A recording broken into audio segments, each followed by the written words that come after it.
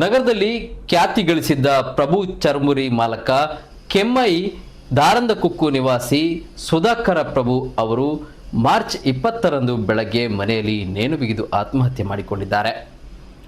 ಮೃತರು ಪತ್ನಿ, ಪುತ್ರ ಹಾಗೂ ಪುತ್ರಿಯನ್ನ ಅಗಲಿದ್ದಾರೆ. ಮಾರ್ಚ್ 21ರಂದು ಮನೆಯಲ್ಲಿ ಧಾರ್ಮಿಕ ಕಾರ್ಯ ನಡೆಯಲಿತ್ತು. ಅದರ ಪೂರ್ವ ತಯಾರಿಯಲ್ಲಿ ತೊಡಗಿಸಿಕೊಂಡಿದ್ದ ಅವರು ಮನೆಯಲ್ಲಿ ಯಾರೂ ಇಲ್ಲದ ಸಂದರ್ಭದಲ್ಲಿ ಈ ಕೃತ್ಯ ಎಸಗಿಕೊಂಡಿದ್ದಾರೆ. ಆತ್ಮಹತ್ಯೆಗೆ ನಿಖರ ಕಾರಣ ತಿಳಿದು ಬಂದಿಲ್ಲ. 2 ವರ್ಷಗಳ ಹಿಂದೆ ಅವರ ಸಹೋದರ ಪ್ರಭಾಕರ ಪ್ರಭು ಹೃದಯಾಘಾತದಿಂದ ಮೃತಪಟ್ಟಿದ್ದರು.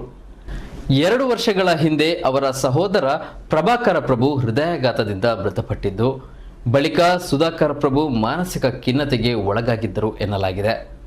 ಸುಧಾಕರ ಪ್ರಭು ಸ್ವಂತ ಪರಿಶ್ರಮದಿಂದ ಉದ್ಯಮದಲ್ಲಿ ಯಶಸ್ಸನ್ನು ಕಂಡಿದ್ದರು.